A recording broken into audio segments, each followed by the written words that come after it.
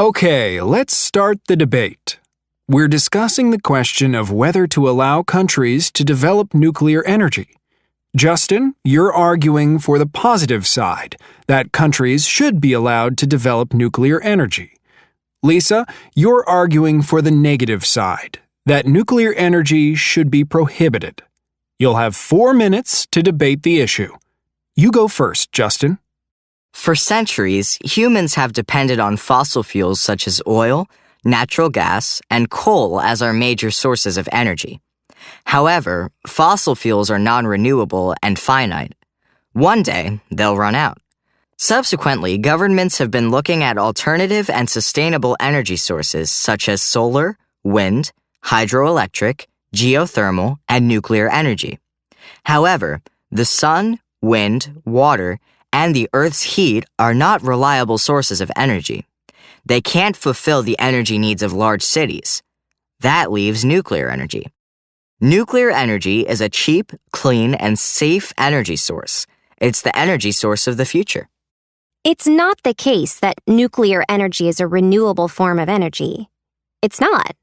Producing nuclear energy requires extracting uranium from the ground, and there is a limited amount of uranium. I'm not in favor of non-renewable energy sources, especially fossil fuels, because of the negative effects of carbon compounds on the environment and their contribution to global warming. I believe that scientists will eventually figure out how to make solar, wind power, hydroelectric, and geothermal energy meet our needs. According to a study by Dr. Mark Jacobson, professor of civil and environmental engineering at Stanford University, there are no technological or economic barriers to converting the entire world to clean, renewable energy sources.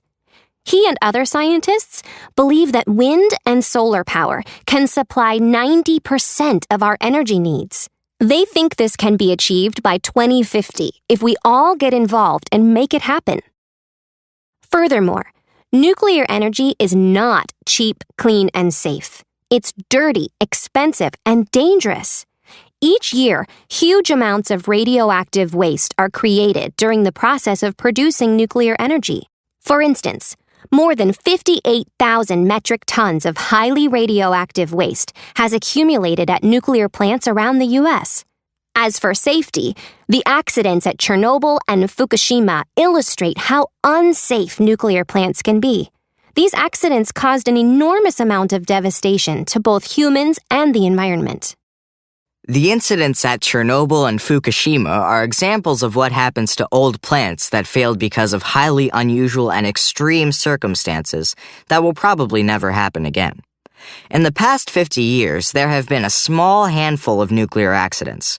Conversely, coal mining and oil drilling accidents in the past have repeatedly caused severe damage.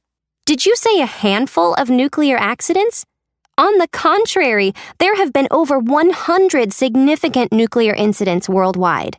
Chernobyl and Fukushima are just the most famous ones. Another factor to consider is that uranium mining damages the environment. Pipes containing radioactive elements can leak and contaminate the water supply, kill animals, and make urban areas uninhabitable.